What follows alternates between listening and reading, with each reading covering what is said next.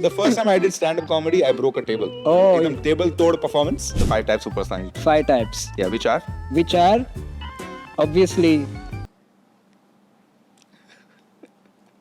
people like the Eiffel Towers. we had them golden flags, backstroke every day in Chicago. Some people like the way it feels. Some people wanna kill the sorrow. So When I came to your house. Hussain came to my house to shower. That's not a regular occurrence. He just next day I went to shower. I didn't know where my towel was. I given it to him, so I think okay. Tarang's first thought is Hussain has stolen my towel. Maybe the showering was just an excuse for you to steal the towel. This is a towel robbery planned. Okay. Eminem is a crazy guy. Can't tell you what it really is. I can only tell you what it feels. Is the tick tack tack tack Yeah. tack tack tack? Just want to hear point out one of the greatest lyrics I've ever heard in Indian Dilli rap. It's by Raga. Here he goes. Raga Kendrick Lamar mupe fekke maar. Wow. I have tried this. If you let go of your bowels when you're really nervous, like if you just open This up, part, you feel more relaxed. you feel more relaxed. Yeah, so the next time you're stressed, just like. Hello and welcome to another episode of whatever this podcast is called. I still haven't. Come on, man. We talked about a name last time.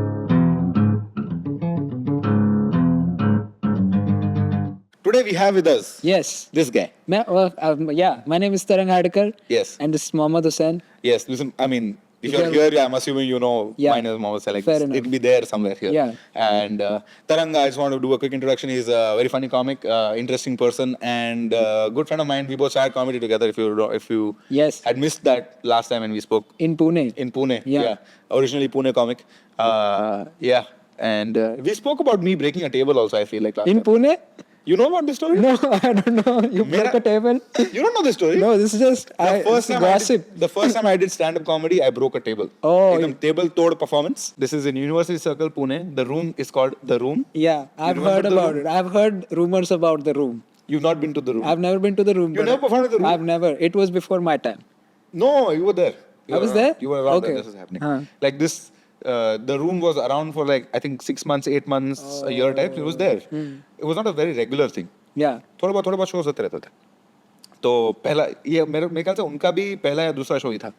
Yeah. And it was not like an actual stand-up comedy room. I think it was like a gym or like a furniture store. Stand-up comedy was very not there in Pune. That time it was like 1 or 2 open mics. Yeah, 6 chairs and 6 one chairs. place to stand was Yeah. basically where it.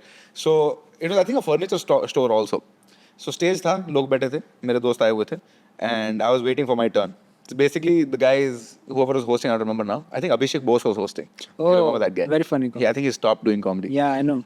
Very funny guy. Yeah. He started and he was like doing a couple of jokes and then he was going to call me on. So I was waiting for my turn and I was waiting near the table. And you know how table hai, so you're just like slightly leaning on it and I'm just You're doing a stand? No, not like that. Like this. that. Like my ass is on the table. Oh, okay. So I was standing like this and then like suddenly the earth beneath me shifted. And I went from like this to like that. The table just went like, you know how like, you've seen WWE? Like it cracked. Yeah. I thought it just fell down. No. Oh, man. You've seen WWE? That's You've seen WWE? Yes. Oh, yeah, the table. No, not those tables. Then? Where when they do like the table, like the announcer table, and like when they do a tables ladder chair match, when they break the table, how it breaks right in the middle. That's exactly how it broke. And I was in the center of it like this. Like the table has gone inside and I'm inside it. And I'm a big fat guy, okay? I'm not quick, I'm not agile. But I think that was the quickest I've ever moved in my life. You got up back. Like immediately. I was like, oh my God, who did that? And then What happened? He called. Nobody knew. It's very dark. And I'm also like, everybody's looking. I'm also looking. Yeah, what happened? It's my first day. Doing stand-up comedy. I did my spot. I was already nervous. I was more nervous. Like this happened, and immediately put your hands together. Mom was saying, and I've got on stage and I've said some jokes. I've eaten some words. Something else happened. Did you address it on stage? No. Bro, I was too young. It's my enough. first time. Fair enough. I've memorized 4 lines and gone. Yeah. If this was today, it'd be very different. Of course. But I'm very scared, right? Show's over and I have admitted to myself, I'm not telling anybody. But nobody saw it. Nobody saw it. No one knows. Oh. No one knows who's broken the table. So at the end of the open mic, all the audiences left. My friends have also left. And Pushkar and Mandar have been like, all the comics stay back. Because वहाँ पे comics ही खड़े थे. So one of us only has broken it. That was for sure. Okay. So we're standing there and I think Pushkar or Mandar, I don't know who were talking, but one of them was saying like, कि इधर camera भी है, हम देखेंगे, but It's like देखना school, पड़ेगा. man. It's school. This is like, हमें किसने किया है ये सब? अभी भी बता दो, वरना हम देख के बता सकते हैं, but तुम लोग बताओगे तो ज़्यादा अच्छा रहेगा. We don't want to get into like Classic security principal camera and all. talk. In my head, I was like, it's my first time doing stand-up comedy. If I don't admit it, and they find out, they'll never let me do comedy again, and my career will be over before it's even started. Yeah. Like comedy show कैसा गया, joke कैसा गया, उसके पहले ही खत्म हो गया सब It कुछ. broke a table. Yeah. You will forever be known as the comic who broke a table. Yeah. So that my head was, I was reeling with all these things again. So I raised my hand up, and then I turned around, and there's one more dude whose hand was up. Oh! Twist. Okay. His name was Rishabh, and I think he's also stopped doing comedy. Rishabh Rai. Yeah. I know. The doctor. He was studying MBBS. Yes, yes. I think he's also stopped doing comedy. Yeah. So he also raised his hand. Huh. Now in my head, I am 100%. It's not like one of those. Oh, he must have. I broke. I 100% broke. What if he was there behind you and he was standing adjacent to the table, Oh. and he felt he was responsible. So he raised his hand up. That's a different kind. Now we were then told by Pushkar कि ये 25,000 का table है, which I refuse to believe. इतना महंगा table, 25,000. जो इतना हल्के में टूट गया. I don't know. Marble का था and all that. I'm like, marble का था तो why were its legs made out of sticks? Anyway, Pushkar, it's not Pushkar. Mandar has since said that we shouldn't have taken money from you. You guys were too young. We should have just covered it. But at that time, like, because they are older than us. They have jobs and they have money and all. तो मेरे पापा ने 11,000 दिए. उसके पापा ने Really? You paid for it? I paid 11,000. man. 11,000 for my first spot. Rishabh's dad sent in 11,000, and then 4,000 they covered from the open mic earnings that they had done that day.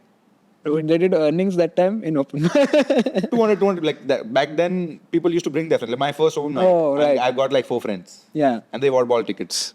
So stuff like that. So the 3-4 हज़ार रुपए उन वहाँ से cover किए, 11 हमने दिए. That was a very expensive performer pass. Extremely expensive. Extremely. My first open mic was very expensive. Oh man.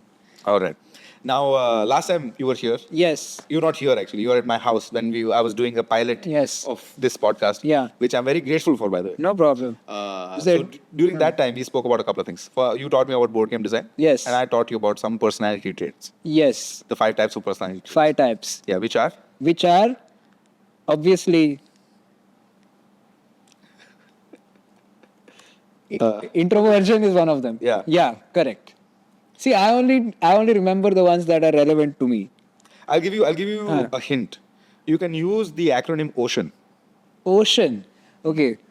O for Osh. O for? Come on. Open your mind. Open-mindedness. Openness. Openness. All right. Okay. C for? C is the tough one. C is like a weird new word types. I'll give you that. Conscientiousness. Yes, I remember what that was. That was like people who have a big sense of right and wrong. And Goal-oriented.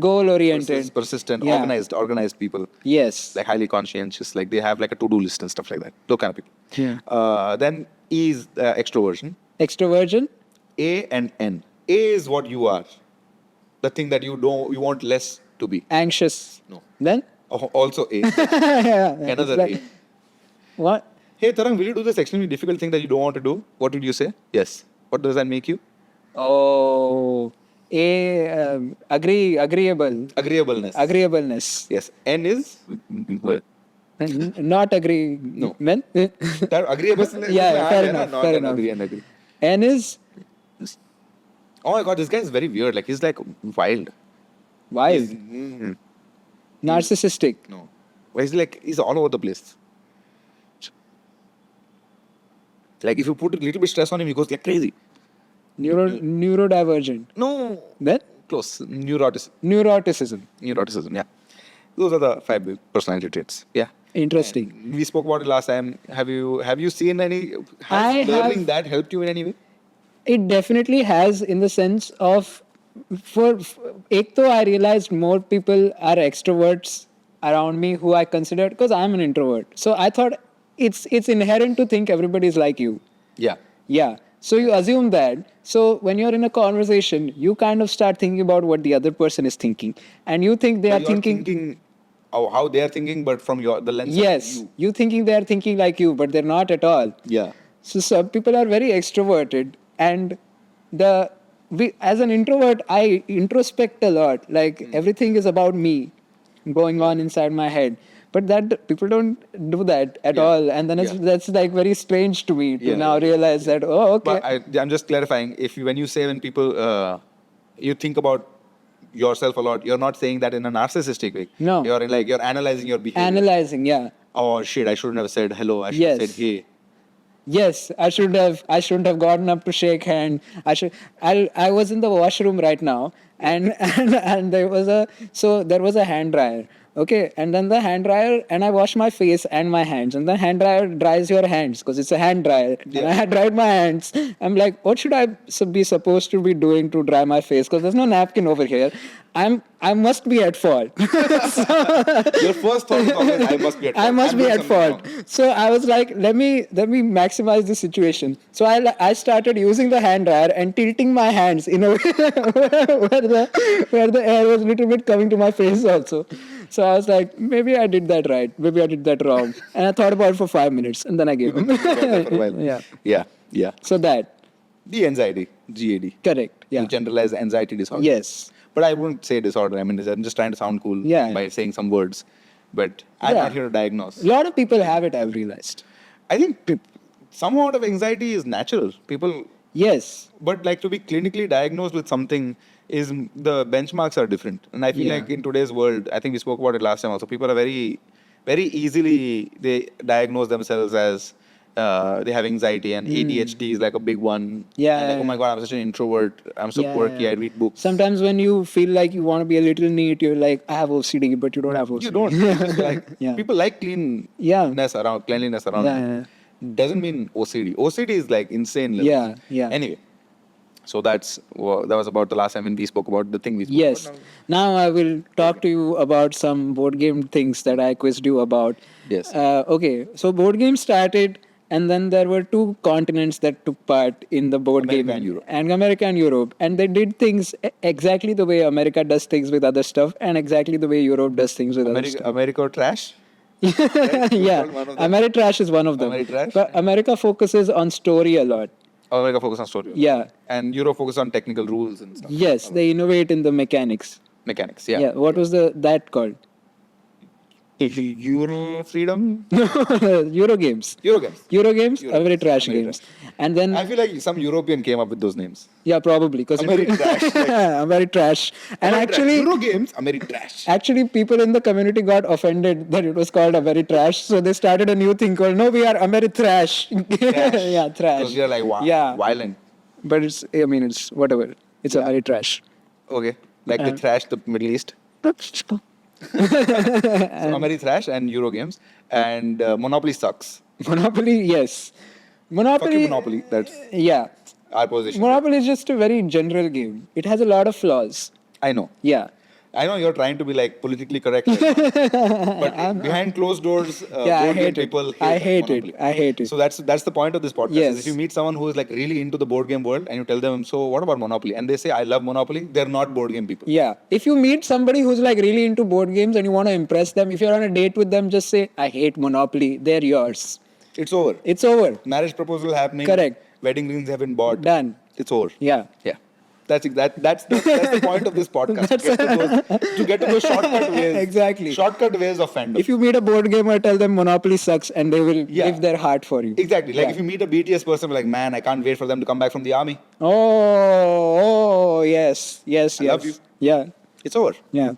And you meet a football fan, man, Klopp leaving is such a big deal, dude. Yeah, Klopp left. Yeah. I heard about it. One of my friends tweeted about it.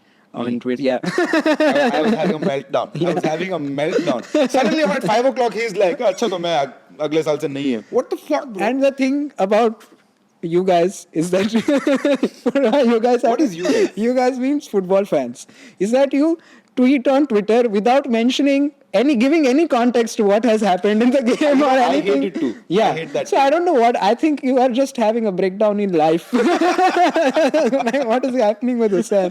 Why is he saying this? Yeah, no. Sometimes I find those tweets also. Like I'm going through Twitter and some random person is, I can't believe they did this, but who did what? What did? I have no idea. Okay. So this new note thing that they have on Twitter, I really like. Sometimes they do like reference to context. Oh. Or they're like, basically it's not reference to context. They're like, if someone said, "Oh my God, I can't believe Raju ate that donut," and then the note will say, "Actually, Raju didn't. Rahul ate that donut." Here is the rest of the story. So then you know That's what's nice. happening. That's nice. Yeah. Yeah. So that's the big takeaways from our last session. Correct. Today, what are we talking about? Today we are talking about. We are talking about. I'm big into rap, and So am I.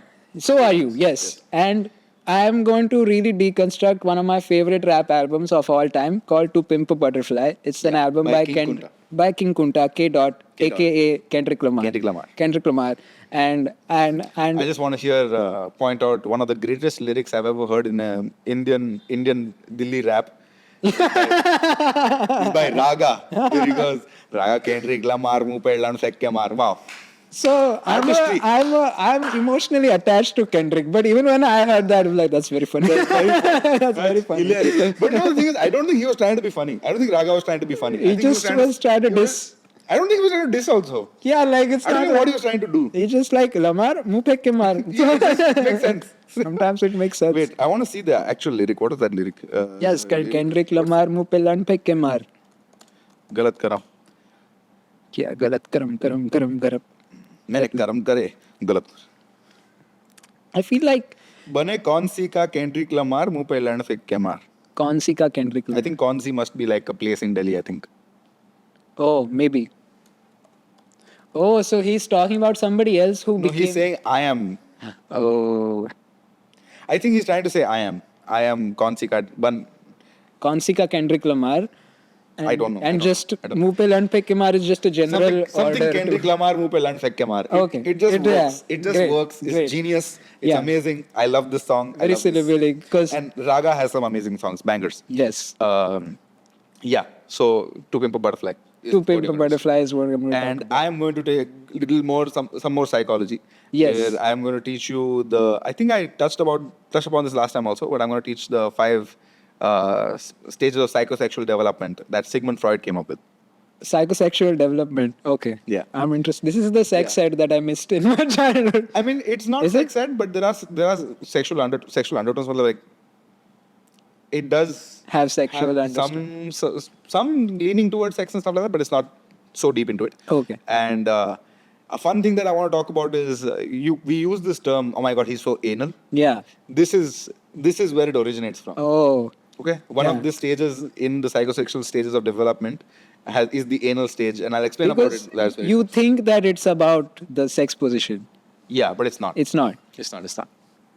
Also, I don't think I ever thought about this as like, oh my God, he's so anal about this subject. Because he likes anal sex about.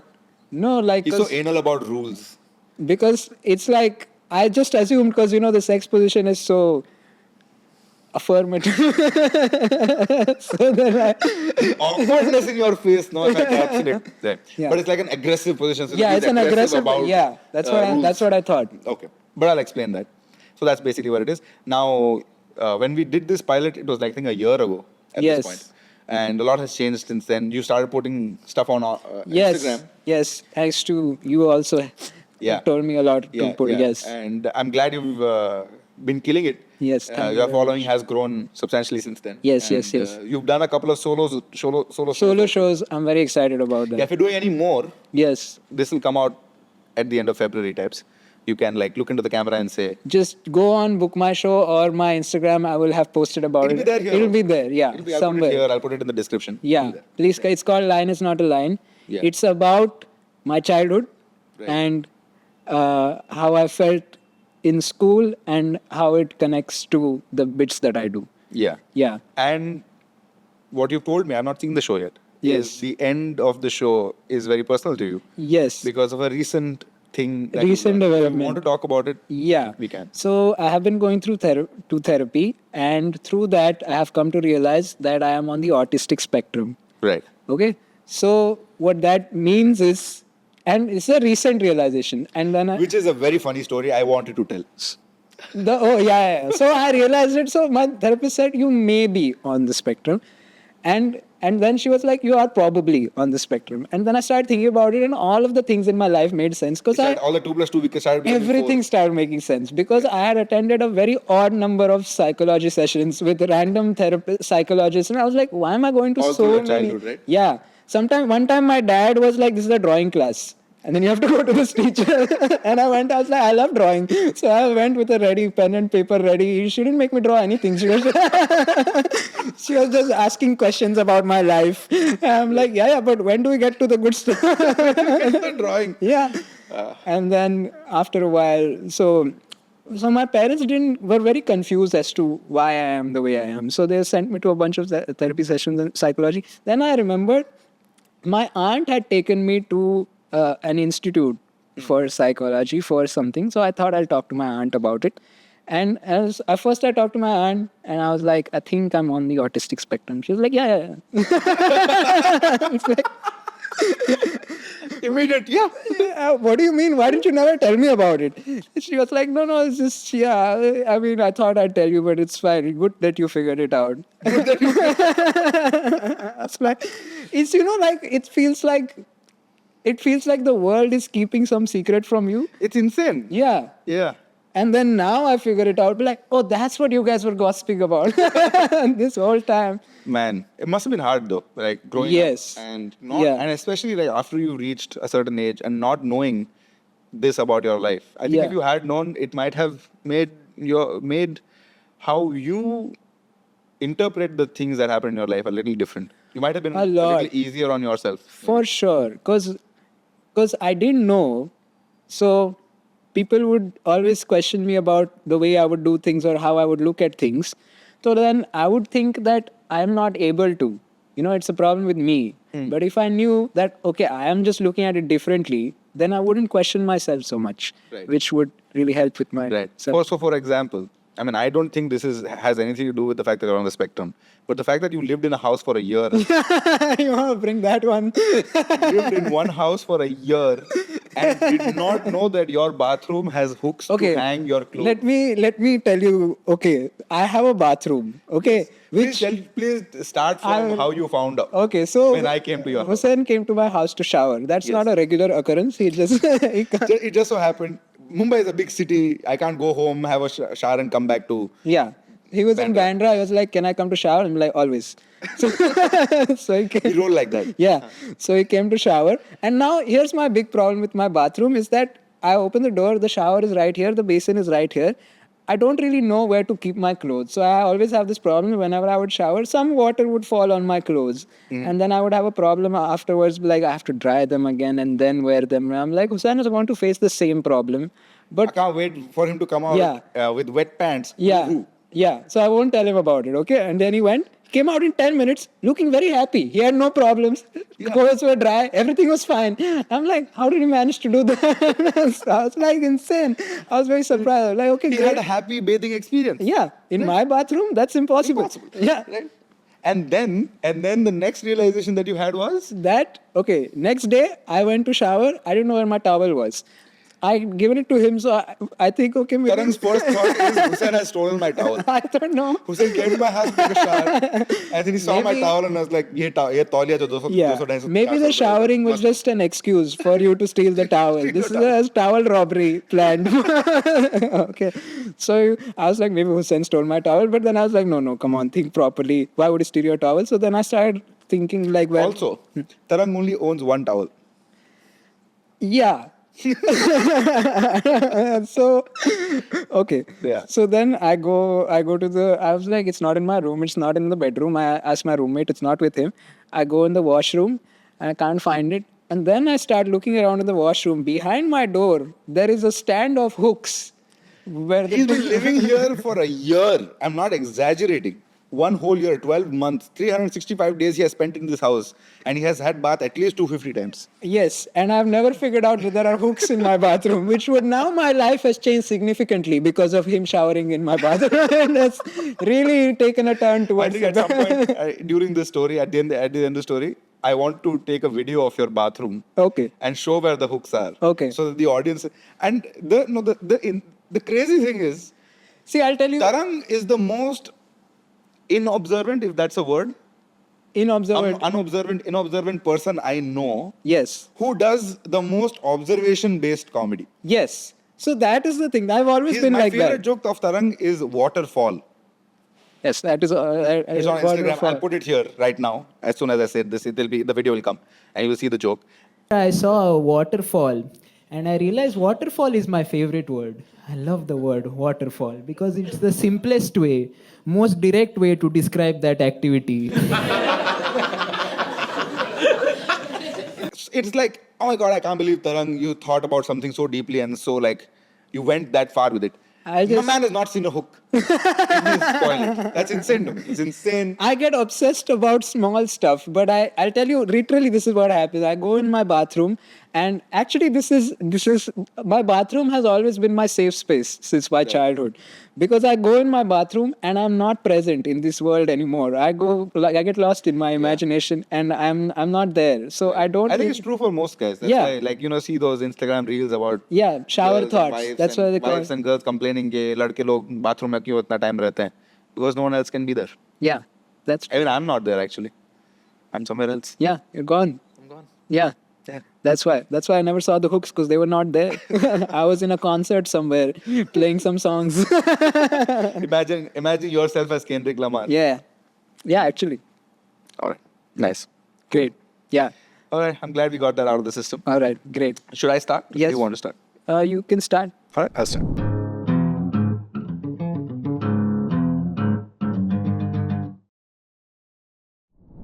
Sigmund Freud I spoke about. Yes. He is like one big deal. Yeah. Some people say father and all, but I feel like that's a bit much. Father Too of much. psychology. It would be a bit much. But he did a bunch of He did a bunch of things, said a bunch of like radical things that have significantly, at least if not changed, has impacted psychology in big ways.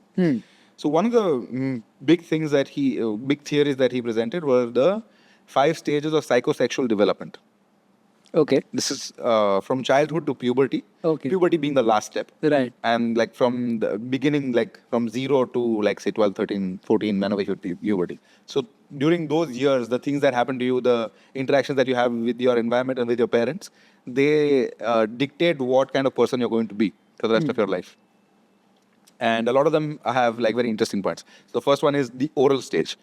During the oral stage, your first interaction with the world outside of your body is breastfeeding with your mother. Got it. And the oral movement of sucking milk, that's the only interaction that you have with the world. And the big conflict, every stage has a conflict. The big conflict during this stage is the weaning from breast milk to like regular food. Weaning as in? Like getting off of Okay. breast milk to going to regular Transition food. from From there to there.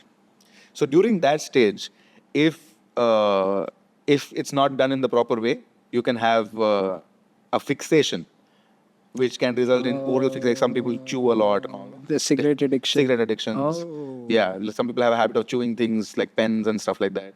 That's an oral fixation. That's an oral fixation. Oh my God. Right. Yeah. And now when you say oral fixation, when you see someone who say oral fixation, it'll be like, cool. Yeah. Oh, you put in Oral fixation.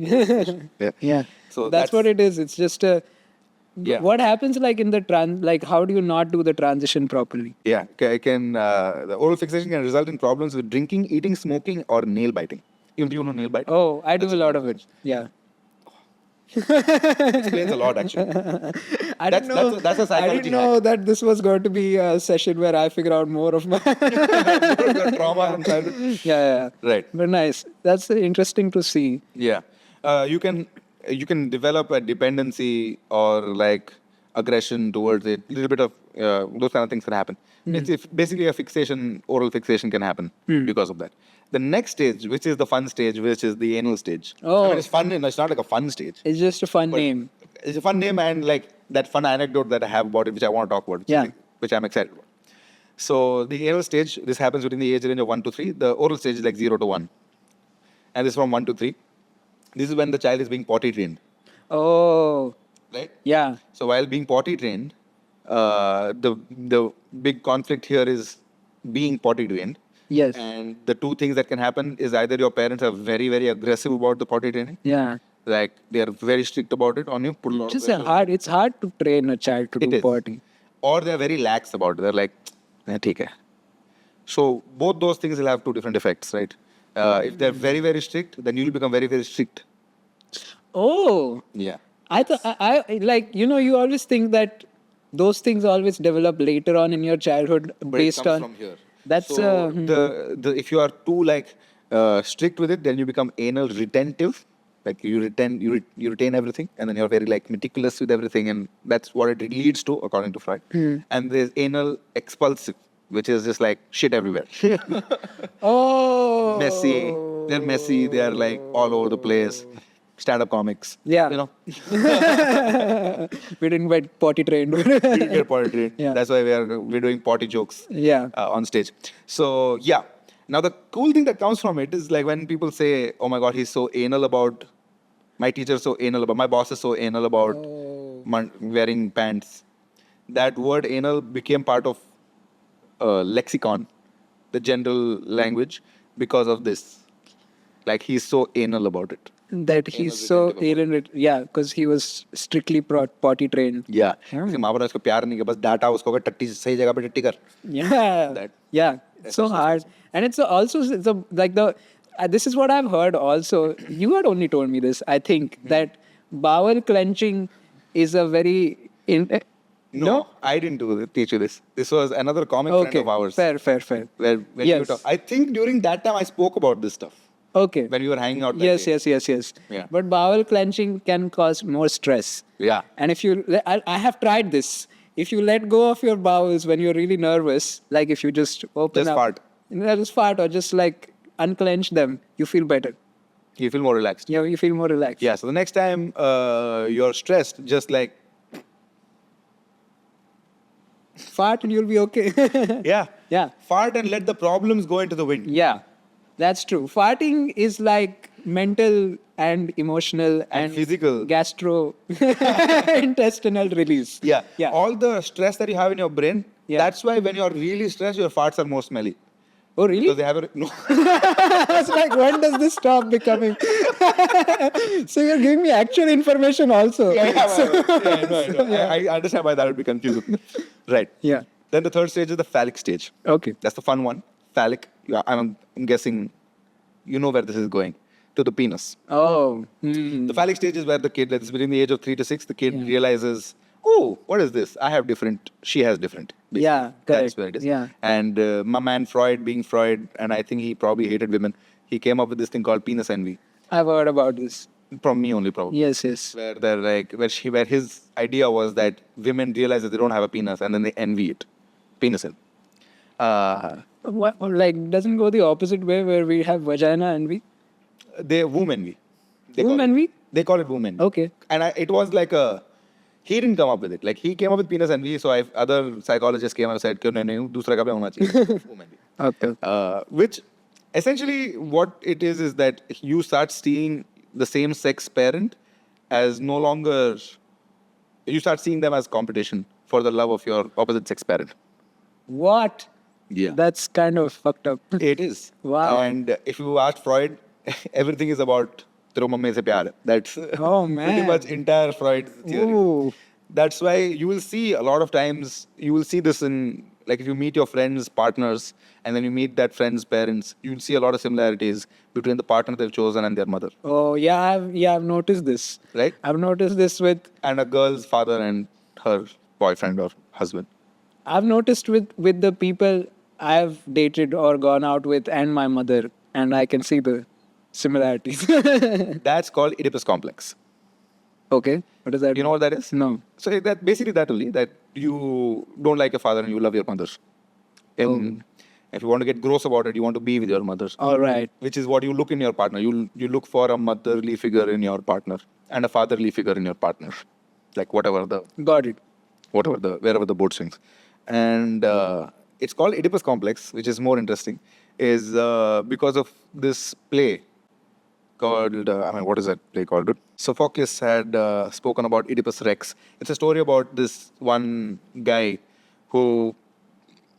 How to Greek put the guy? exact story? Greek guy, obviously. Yeah, of course. Of course. And he leaves his kingdom or whatever I don't remember the exact beats of the story, but basically this one dude leaves his kingdom, then somehow ends up being like a army general or something like that, and then he goes and fights his father's army, not realizing what's happening, kills his father, marries his mother, probably has children with her also, and then later, like towards the end of the movie, end of the play, he realizes like a Greek, the truth seekers, the people, what are they called? Philosophers. Not philosophers, Then? like the old ladies who see the future and all. Oh, What are they called?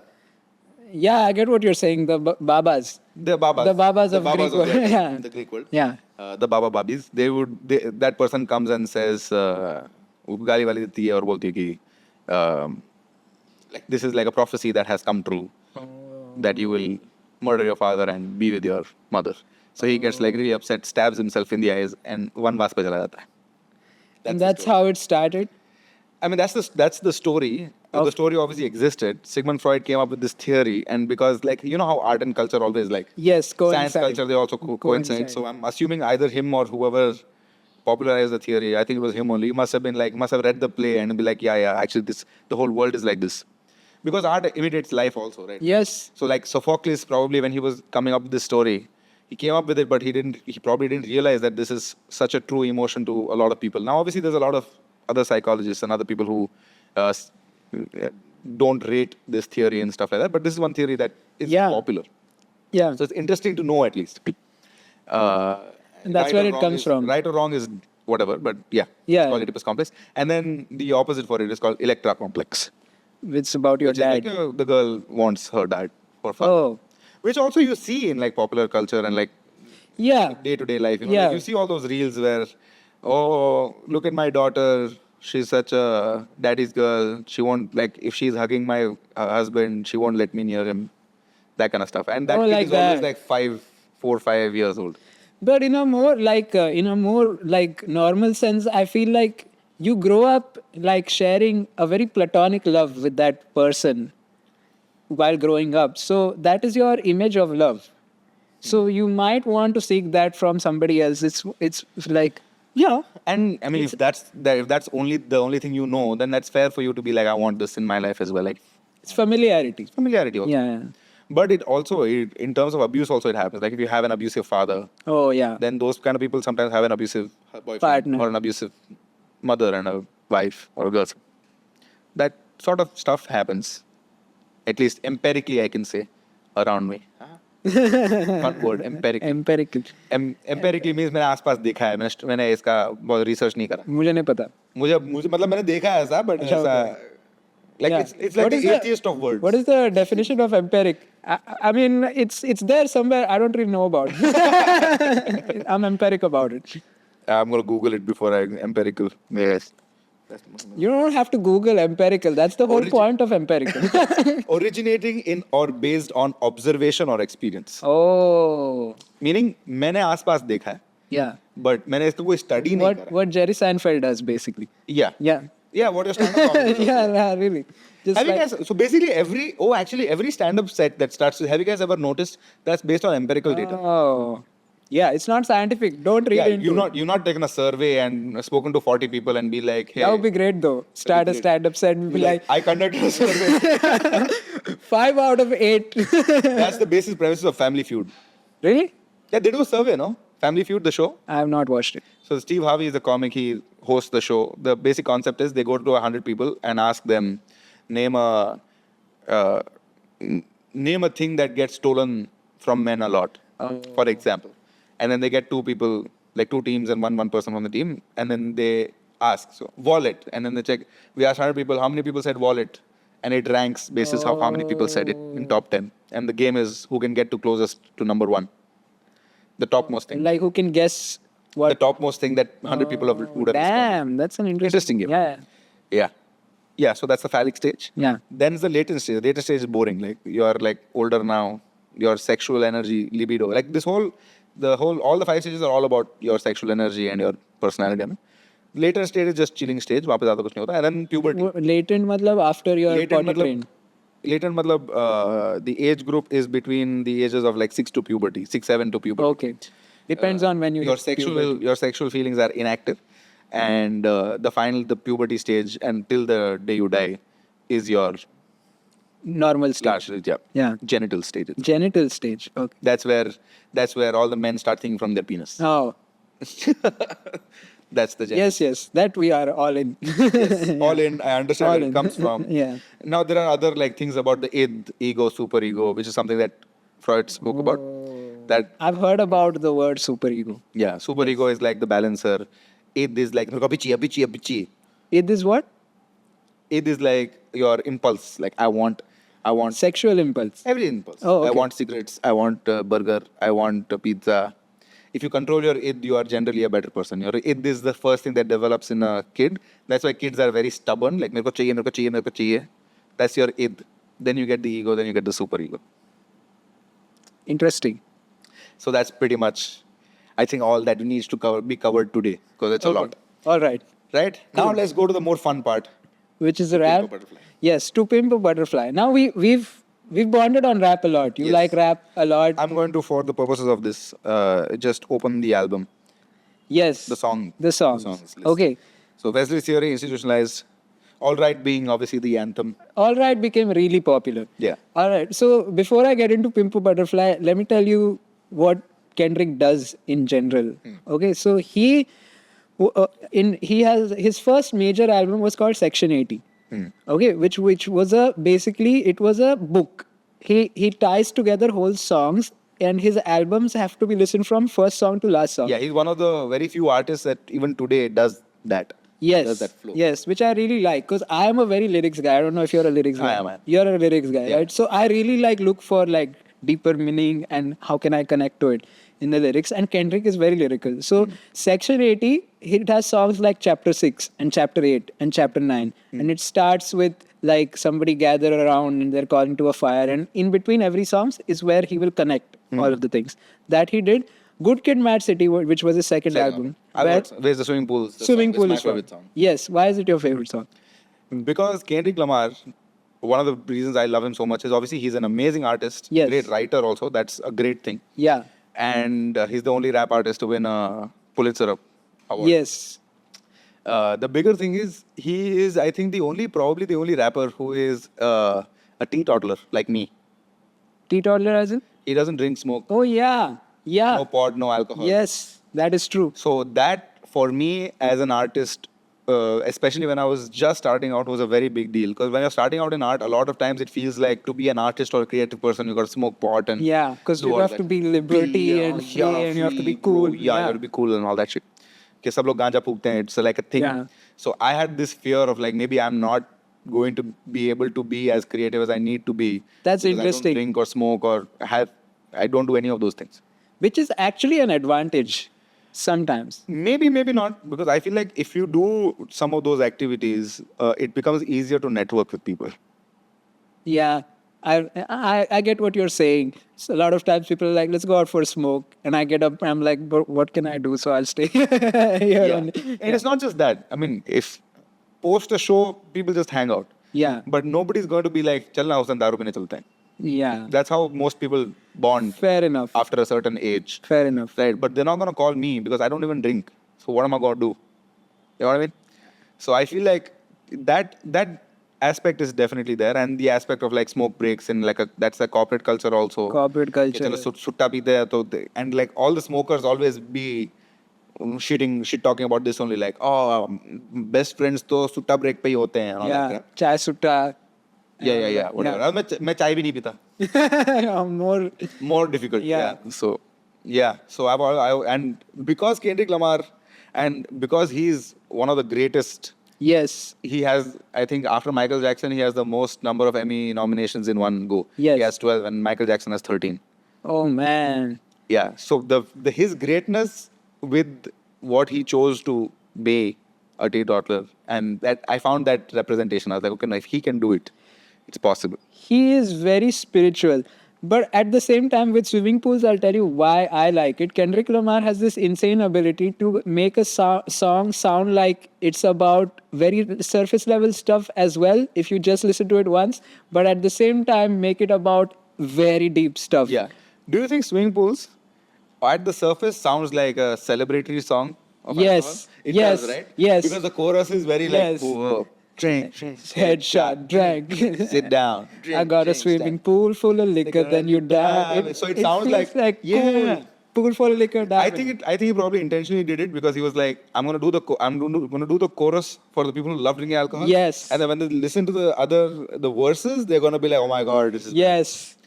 And another reason why that song really hit me is when I first started listening to it, I was engaged, Yes. and the song is about cheating also. Yes. Yes. There you have a Right. conversation in between. Yeah, I was in college during this time doing my MBA, living away from the city. Yes. And in a long distance relationship. Yeah. So I've always been afraid of myself. In Right. what sense? I might do something that I shouldn't. That's yeah. Like we are all Correct. We are all prisoners to our own id. Id. Yes. I want to use that word more often. Yeah. Yeah.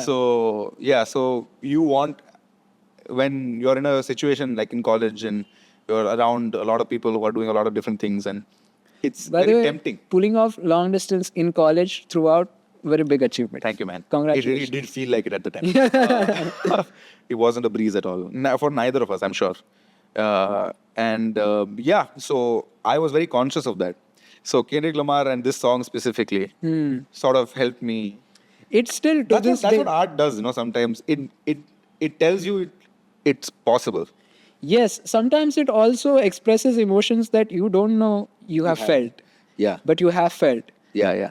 Like when I listen to Kendrick, like when I listen to Swimming Pool, sometimes when I have drank a lot, and then the next day I'm listening to it, I listen to the first verse and I'll think, whoa, what a crazy night. And then the moment he starts talking about this is your conscience. Now woke up a madam. Yeah, Kendrick. this is your I'm conscience. conscious right now. If you don't, you'll be history. History, Kendrick. I know that you're nauseous right now, and I hope it'll lead you to victory, Kendrick. I'm abusing my limit. I see the. And see then the I love in go her just eyes. down. Yeah. Yes. I see the. I see the feeling of freedom of gratitude, and that's how you capitalize. This is parental advice. So apparently, Yeah. I'm over-influenced. That what you were doing, and most of it. So, What you do to me? Yeah, why you babysitting? yeah. So it's insane. And it also has the fact that the dude that gets you drunk is always your friend who's like, Friend, "Ye kya itna hi he pee raha hai, talks thoda aur pee." about So much why in that. people get drunk. Also, like in the first verse, he talks about maybe they're just when they're just like they want I to grew up around bond. the people like that rifling barrels. They had them golden flags, backstroke every day in Chicago. Some people like the way it feels. Some people wanna kill the sorrow. Some people wanna fade in with the popular. Then what's my problem? I was in a dark room, loud tunes, looking to make a vow soon that I'ma get fucked up, filling up my cup. I see the crowd move, changing by the minute. A record on repeat. Took a sip, then another sip. Then somebody said to me, "Why you get it sitting? Only 2 or 3 shots. I'ma show you how to turn What a it banger up." song. What a banger song. And it hits me, bro, because I've seen all of this happen, bro. Yes. As There are someone so who's many sober at things. parties. Sometimes you are just with somebody you like at the party, and that is motivation enough to get drunk. Which is what he says. Some of my stand-up also is influenced by this song. Really? I have a bit about alcohol. Yes, I've seen it. You've seen the Yeah. which has some of these insights, where the friend who's always making you saying "Ke thoda aur daru pee." Correct. And how people use alcohol as a get out of jail free card. Yes. As soon as that one sip of alcohol touches it, it's like, "Ab main cheat kar sakta hu." Yes. yeah. I can cheat. Yeah. I can murder. I can Nagin dance on table. Yeah.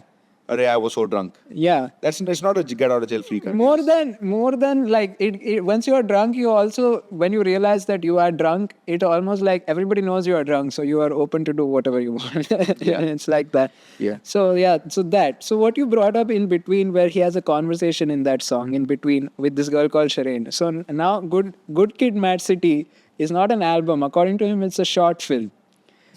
Which in the cover, it is also written, Good Kid Mad City, a short film by Kendrick Lamar. It doesn't say album.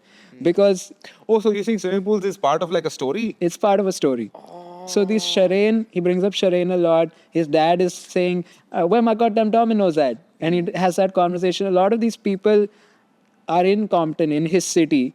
And it's a scene in his life and in Compton, and with interacting with this girl called Shireen and stuff. And the songs are just conversations that he has throughout, and Right. like his internal monologues and stuff Oh, I should listen to that album from start to finish. from now. start to finish. Right. And then he came up with To Pimp a Butterfly, The banger. the banger, which is about a poem. Which is your favorite song in the movie? Favorite song in the album? Just one song. Pick one. Mine's King Kunta. King Kunta. So To Pimp a Butterfly the album starts with he starts with a song where he talks about like, and it's like classic Kendrick style. He talks about like, it looks like he's talking about somebody that he's having a situationship where he's like, it feels like it's just sexual, but you know, sometimes it's not, sometimes it's like that. But then you start hearing him talking about his career and how he's talking about Dre, and then you realize this is his feeling towards his art that he's doing, because sometimes it doesn't feel like he wants to do it, and sometimes it feels like he wants to. Yeah, which is very relatable to us. which is very relatable. And then at the end of the first song, he says 2 lines of a poem. He says, "I remember you was conflicted, misusing your influence." I've heard this one, yeah. He uses this line a lot, no? Yes. So in the first song, he says the first 2 lines. Second song happens. Then he says the third line of the song. "I remember you was conflicted, misusing your influence. Sometimes I did the same, abusing my power full of resentment. Resentment that turned into a deep depression." The next song is about depression. When the song happens, he does like He does the 2 thing. more lines. Turned into a deep depression. I found myself screaming in a hotel room, and then a voice screams, "Ah!" And then the next song is just about him breaking down with "Ah." You know? And it's so Oh man, cool. I've not heard this album from front to back. And then in the poem itself, he's like, and I didn't know what to do. I had to solve survivor's guilt. So I came back home. And that's when he talks about I. That's when King Kunta comes in. That's when All Right comes in. Yeah. All Right is the song where he says, "We gonna be all right." We gonna be alright. And that's such a crucial place, because the song before that, he's just broken down. Yeah. So he's also talking to himself when he says, "We're gonna be all right." And then something that was out of his control, it became like the anthem for the Black Lives Matter Yes. movement Yeah. in America. Yeah. Why do you like King Kunta so much? The feeling that it has. Yes. King Kunta. Yes. No losses, yeah. So it's very like. Which were you when I was walking? Yeah. No. So it has to do with where I was when I was first listening to it. Right. I had just finished my MBA. Right. During that time, I used to come from Pune comedy. I used to come from Pune to Bombay to do spots. Yes. Because I always knew, okay, if I really want to do comedy and do this as a real thing, I have to do it in Bombay. There's no other place to go. Right. Like during my MBA placements also, I got a job in Delhi. I refused it. If I'm doing a job, I'm going to Mumbai, or I'm Gujarati, dad's business, I'll go back to Mangalore, join my dad, you know. But the only thing is I want to try stand-up comedy really, I want to try it. And Yes. Mumbai is the only place to do it. So whatever job it is, I want it in Mumbai. And I don't care what job it is. Correct. So I got a job in Z, sales, and I came to Mumbai and I started doing stand-up there. Just before that, I had gotten the job in Mumbai. And before my job started and my college ended, there's usually like a month or 2 month gap. Right. So during that gap, I was in Mangalore at home doing nothing basically, just waiting for my jobs to start. So during that time is when I was listening to King Kunta. And the song is very like upbeat, like, we can do it. We can do it. I'm the king. I'm king. I'm Right? best. I'm amazing. But Which is there a are- lot of rap songs, Yes, to be honest. but also there are layers to that also, because it is the song King Kunta. He calls himself Kunta because Kunta Kinte is a character from a book, and he was a slave actually. Oh my God. So the reference to Kunta is that Kunta Kinte was a slave, but in Africa, in his hometown, he was a king.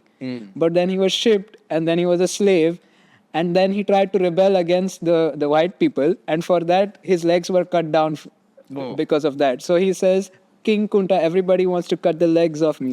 That's where the line That's where comes it comes Oh from. man. Mad. Yeah. Mad. But you see, I don't know any of this context. Yeah. But that emotion. The emotion is still there. Yeah. I'm going to a new city. Yes. I'm going to make it. Yes. That's what I'm telling myself. But everybody wants to cut the legs off you. There's lots of other people. There's lots of competition. Yes. I'm moving to Mumbai, like one of the biggest cities in the country, and I've been born and brought up in Mangalore, it's relatively a small city. Yes. So there's fear about new city, new beginnings. Will I make it? Do I even have what it takes to make it? And so I don't know any of this context, but this feeling that I had of fear and I can do it. Come on, Yes. it was very well encapsulated in the song, and that's why it hit me so well. Yeah, that song is, and I think like that's he doesn't mean to know people to know that reference. He just has the feeling of it. Still. And that's great writing, right? Yeah. I don't need to know the references where it comes from, and now that I do, it adds a lot of Meaning layers to to and meanings to it. But in and of itself also very interesting. Yeah, my favorite song is I, because there are two songs. First is called You, and You. the second is I. Yeah. And You blew my mind because it's a song where he talks to himself. The chorus says loving you is complicated, where you think he's talking about somebody else, but he says loving myself is complicated, and then he just starts shitting on himself. And and it's a song about self-esteem. Self-esteem and stand-up comedians and Yeah. artists, you know. It's a Match made in heaven. That's Yeah. that's the stand-up comedian's Oedipus Complex. yeah. Just, I don't want you, but I can't do. Yeah. That's why we do so many self-deprecating jokes. Yeah. Yeah. Yeah. So it's a lot about self-esteem, where he talks about his struggle with loving himself truly. And then I is a song where he embraces himself for who he is and then love himself. And that's the end of the song, right? And Yeah. then Mortal Man. And then Mortal Man. Now, at the end of Mortal Man, this poem that is 3 lines, 4 lines, 5 lines revealing of it, at the end of Mortal Man, he reveals all of the lines from it. And then he says, I don't know, maybe it's just a poem. I don't know, maybe you could have related to it. And he's talking to somebody else at the end of that song. And then it's Tupac, the rapper, who has now passed away. Obviously. Yeah. And he's answering. And then he's saying that, and then he's talking, now that I have a chance to holler at you, a chance to speak to you and stuff, I wanted to ask you about stuff. They talk about a bunch of things. And at the end, he says, I want to talk to you about one specific thing, actually. It's a metaphor. And then he reads out this poem about, it's basically describing a situation of how a caterpillar becomes a butterfly. But it is a perfect analogy for his life and every song that he's covered in the thing. Because just to give you some context, before he wrote To Pimp a Butterfly, he flew to Kenya. I think it was Kenya. Africa. He went to Africa and he went back to his roots, and he went on a little bit of a spiritual journey, and then he came back. And he really explores that throughout the album. And where what he says is, a caterpillar is a prisoner to the streets that it was conceived, which is actually what it means to me is like what we talked about. Your childhood, you are prisoner to it. Whatever surroundings and the environment that you grew up in, you are a victim of that. You're a victim of that. And he says that you idealize a certain version of you. You idealize you want to be a butterfly, and everybody praises the butterfly, but you can't be that. The butterfly represents something that is within you only, but you can't be that because of your environment. So you grow up and you're in these conditions and you're trapped in your own thoughts, and then you go into a cocoon, and then you are inside the cocoon. But then certain ideas begin to take root, and then you have to go home, like he went home. But I associate it to, I have to go back into my childhood. And think about my childhood, and say, and new things, new revelations start becoming more prominent. Right. And that's when the wings begin to emerge, breaking the cycle of feeling stagnant, and then you become the butterfly. That's the process. Yeah, which is the creative journey, which is what really inspired me as well. Yeah. And then he made his latest album, which wasn't good. Well, really like it, Mr. Morale and the Big Steppers, which is that theme of that album is that it's a therapy session. Yeah, but there was no song that It wasn't a banger song. there was no song that spoke. Oh wait, obviously, Damn was before. Damn was great, yeah. Damn was a great album. Yeah. I think every single song in Damn was an absolute banger. Yes. I mean, I don't know the lyrical background to it all, but I loved every song. Damn was also like I think Damn was probably his most commercial acclaimed style. album. Yes. His more commercial style album also. Like there was not a lot of songs in that that were like very artsy or different or weird. They were Right. very, like, Yeah. you can tell like he probably thought that, oh, you guys think I can't do this shit. Yeah. Yeah. Probably. So in what I like about Kendrick in terms of that, this is just a rap thing. I think we have discussed it once. Is that rap is about syllables. It's a syllabic thing. A lot of so poetry is that you rhyme the end of one sentence with the end of another sentence. But what I like about rap is that they rhyme as much as possible with as much as possible.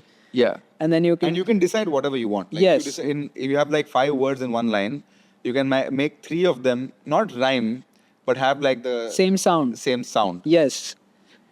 And then like 3 and 3 and 3 and 3 and 3. Yeah, and then the 2 syllables that are left out, you can just leave them and then come back to them after 5 syllables. Yeah. And then they do this weird dance. Yeah. So Jay-Z made that popular where his rhymes were very asymmetric. You know, like they won't have the da-da-da-da-da-da-da, da-da-da-da-da-da. Jay-Z would just take one syllable, it would leave some things out and then put it back. Bring it back. Like you see his songs and be like, I don't know how this is working. Yeah. But it's working. It's working. Somehow he manages to does it. In his New York song, Empire State of Mind. Empire State of Mind, he says that I can trip a referee, tell by attitude that I'm most definitely from New. So he left out a syllable and then he brought it back. So that's what he does. LeBron, I'm paying Dwayne Wade. Yeah. And then what Eminem did was crazy. Eminem is a crazy guy because that's why people are like he's untouched, because what he does is that he doesn't miss a syllable. If you see his songs, almost every syllable is been used in certain way to like rhyme. Next line, yeah, and I can't tell you what it really is. I can only tell you what it feels like, because right now the steel knife feels like steel knife. Can't is also being breathe, but I still fight. But I can't fight as long as the wrong feels like it's like I'm in the fight. So you see the tick tock of it. And then wrong is left out. You think wrong is left out and be like, I off a lot, and the off is also there. You know, it's like it's insane. Yeah, Lyrical Master. Okay, I think we come towards the end of the thing. I'm going to ask you quick 3 questions. You ask me 3 questions, and then we call it a day. Done. Right?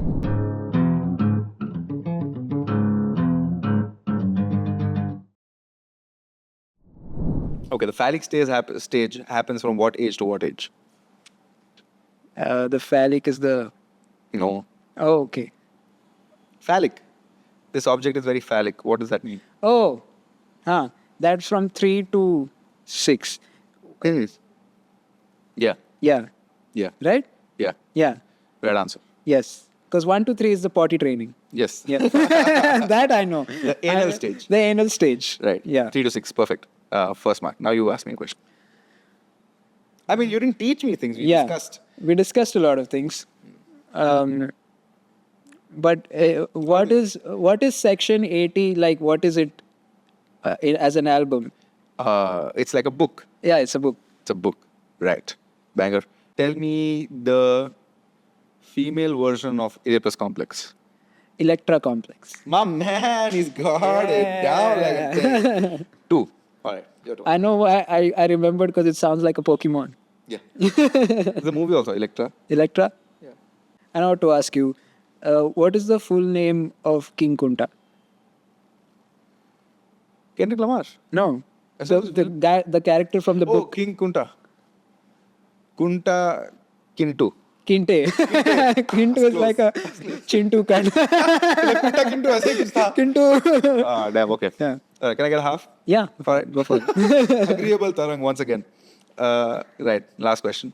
Give me at least any one type of fixation in the anal stage. Like anal dash and anal dash, the 2 things I told you.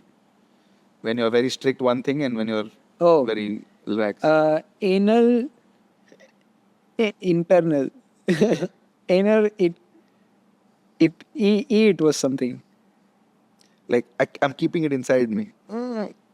Anal clenched. Anal. One word that means keeping it inside. It's more of an English game now. Yeah. What are the other ones? Okay, other one you must be able to get. Anal. Free. Anal. Explosive. Yeah. And anal retentive. Retentive. Yeah. Okay. Expulsive, sorry. All right. Anal expulsive and anal retentive. Yeah. Yeah. Yeah. So I think you got 2 of them. Yeah. And you got 2.5. Yeah. No, 1.5. You have 1.5. Okay. The last one is, who is Kendrick talking to at the end of the album? Tupac. Yeah.